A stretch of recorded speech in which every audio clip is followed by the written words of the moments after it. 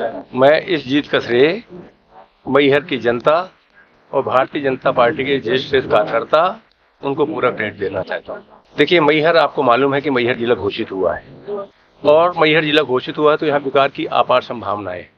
उसके लिए मैहर के सारे लोगों को इकट्ठा होना पड़ेगा। मेरा सबसे पहले प्रयास होगा कि मैहर के बुद्धिजीवी, पत्रकार बंधु, समाज सेवी और नगर पालिका के पदाधिकारी, अधिकारी उनके साथ बैठ करके एक विचार विमर्श करेंगे और मैहर की एक खाका तैयार करेंगे, रूपरेखा तैयार करेंगे।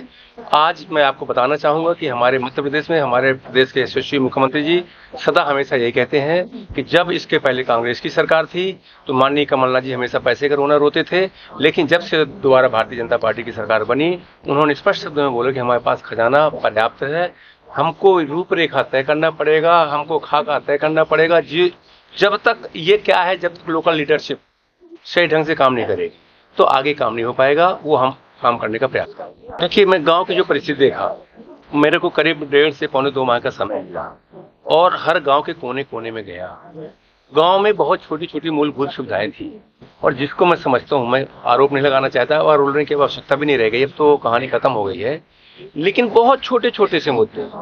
अगर हम बस स्टॉप न बनवाते, गेट न बनवाते, जबरदस्ती के सोलर लाइट न खर्च करते तो उस पैसे से उन छोटी छोटी आवश्यकताओं की पूर्ति की जा सकती थी, लेकिन हमने ऐसा कुछ भी नहीं किया। उसके कारण जो छोटी छोटी समस्याएं हैं उनको बैठ करके हम दूर करेंगे। मैहर हमारे नगर पालिका भारतीय जनता पार्टी की है।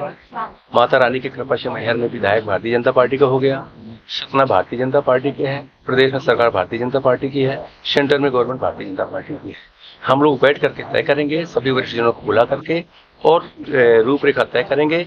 मां शारदा लोक की भी घोषणा हो गई है, उसके लिए 25 करोड़ रुपए एडवांस आ भी गया है। बिल्कुल ये दिमाग से हटा दीजिए कि मैं सिंधिया खेमे से जाना चाहता हूँ। मैं सिंधिया जी के साथ भारतीय जनता पार्टी में आया था, उसके कारण कार बंधु या और साथी एक अनुमान लगा लेते हैं कि मैं सिंधिया ऐसा नहीं था।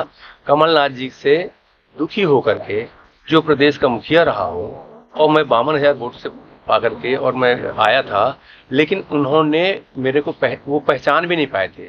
मेरे पिताजी नहीं रह गए थे, वो मैहर उतरे थे और मैहर में उतर करके 52,000 लोगों के घात पहुंचाया, ठेस पहुंचाया और मैहर बदेरा उतर करके वो लटे गांव गए थे। उसी दिन से मैं तय कर लिया था कि जो लीडर इस तरह से हो, जिसकी लीडरशिप इस तरह की हो, जो अपने कार्यकर्ताओं को पहचानता हो, उसके साथ रहने से उनको और मैं तय कर लिया था, इसलिए वाला मैहर जिले को पहला मंत्री मिलेगा।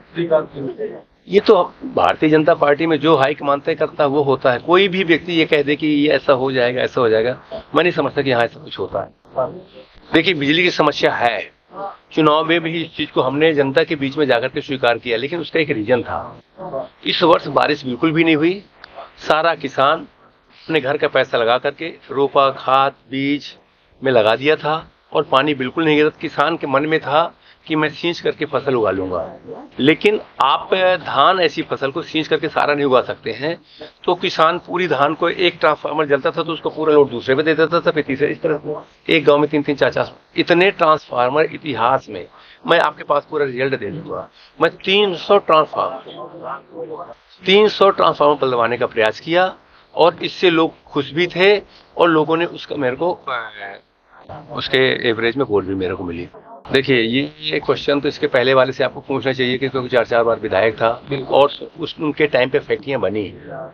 मैं आया हूँ जनता के स्नेह से, प्रेम से मैं भी विधायक बना हूँ।